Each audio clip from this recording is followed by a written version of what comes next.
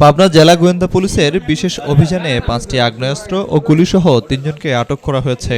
পাকশি মেরিনপাড়া ও দিয়ারবাঘুল এলাকায় মঙ্গলবার রাতে পুলিশের বিশেষ অভিযানে তাদের আটক করা হয়।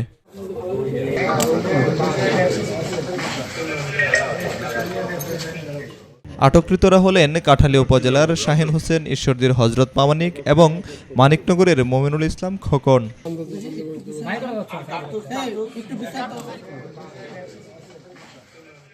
পুলিশ জানায়, গোপন সংবাদের ভিত্তিতে রূপপুর পারমাণবিক বিদ্যুৎ কেন্দ্র সংলগ্ন ওয়াসা প্রজেক্ট এলাকায় 2 জনকে 5টি আগ্নেয়াস্ত্র ও বেশ কিছু গুলিসহ জব্দ করা হয়েছে। পরে তাদের দেয়া তথ্য অনুযায়ী মানিকনগর থেকে খোকনকেও আটক করা হয়।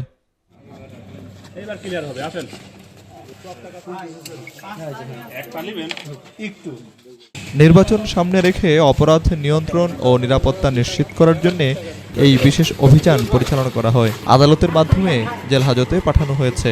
10 তারিখে পৃথক 2টি অভিযানে, একটি হলো ঈশ্বরদী থানাধীন পাকশি মেরিনপাড়া এলাকার রূপপুর পারমাণবিক বিদ্যুৎ কেন্দ্র প্রকল্পের আওতাধীন ওয়াসা প্রজেক্টের গেস্ট হাউস সংলগ্ন টিনের ঘর থেকে গোয়েন্দা তথ্যের ভিত্তিতে ওখানে অভিযান পরিচালনা করে আমরা বেশ কয়েকটি অস্ত্র উদ্ধার করি। যারা অপরাধী, সমাজে এরকম অস্থিতিশীলতা মানুষকে ভীতি সৃষ্টি করতে চায়, তাদের যে কোনো বিষয়ে আমরা তৎপর আছি এবং এরকমভাবে অপরাধীদেরকে চিহ্নিত করে আমরা পরবর্তী আরও বেশি আইনানুগ ব্যবস্থা এবং অবৈধ অস্ত্র উদ্ধারে আমরা তৎপর থাকব। নির্বাচন সামনে রেখে পুলিশ এ ধরনের অভিযান চালিয়ে আইন শৃঙ্খলা বজায় রাখতে তৎপর রয়েছে।